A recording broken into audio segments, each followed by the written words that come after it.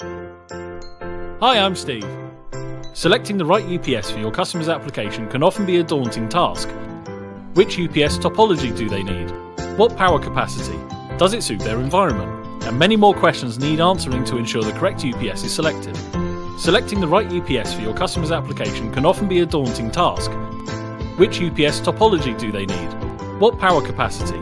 Does it suit their environment? And many more questions need answering to ensure the correct UPS is selected. The first and often overlooked issue is separating out critical and non-critical loads. A critical load should be categorised as equipment that you cannot be without during a power outage. A call centre will of course need computers and telephones to be active, but printers and desk fans aren't essential. An industrial environment may have production lines that could lose tens of thousands of pounds if a power outage occurred and stopped operations. But they may not mind dropping telephone lines and non-essential lighting during that time. Establishing critical and non-critical loads ensures that not only are you selecting the right topology of UPS, but you are not oversizing the UPS unnecessarily. Selecting the correct topology of UPS is not always something you have a choice in. Line interactive models generally stop at 3 kVA. Therefore, if your load is over this figure, your only choice is an online UPS. If your load is below the line interactive online threshold, the customer must advise what type of equipment is being used and its criticality. A line interactive UPS is ideal for less sensitive loads like motors, pumps or lighting.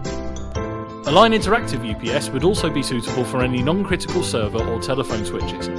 But be careful, if the power supply is sensitive enough, it may detect the small switchover and shut down unexpectedly.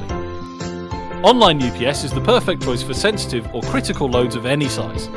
Now that size and topology has been established, our next consideration is the installation environment. The environment in which a UPS is located can play a large part of the model that you choose. IT loads may require a rack mount UPS, whereas this is rarely the case for more industrial type loads. If a rack mounted UPS is required, take into consideration rack space available. IT managers would rather fill their rack space with servers than batteries. Depth of rack is also an important factor. Remember, you also need to account for the space taken by electrical connections at the rear of the UPS.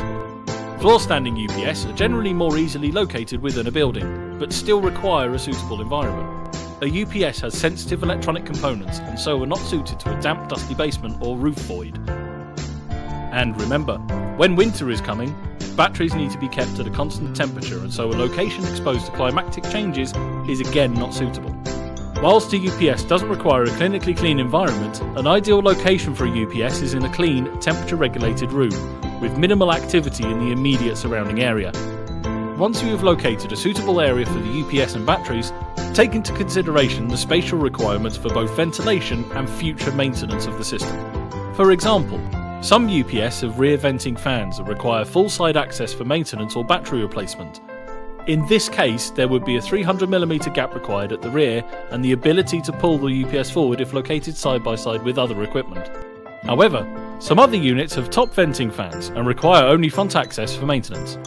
Other environmental considerations include floor loading capacities, humidity, corrosive atmosphere, and people.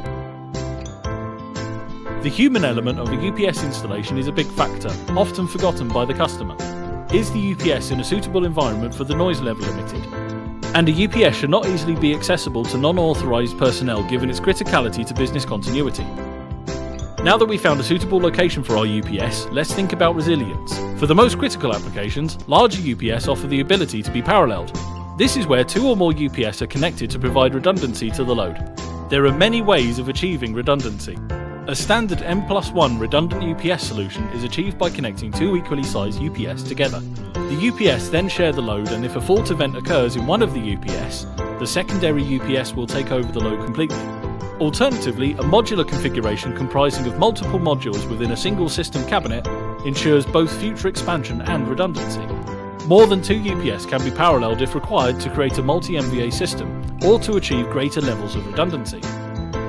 Following the guidelines in this video will help you ensure a worry-free UPS installation.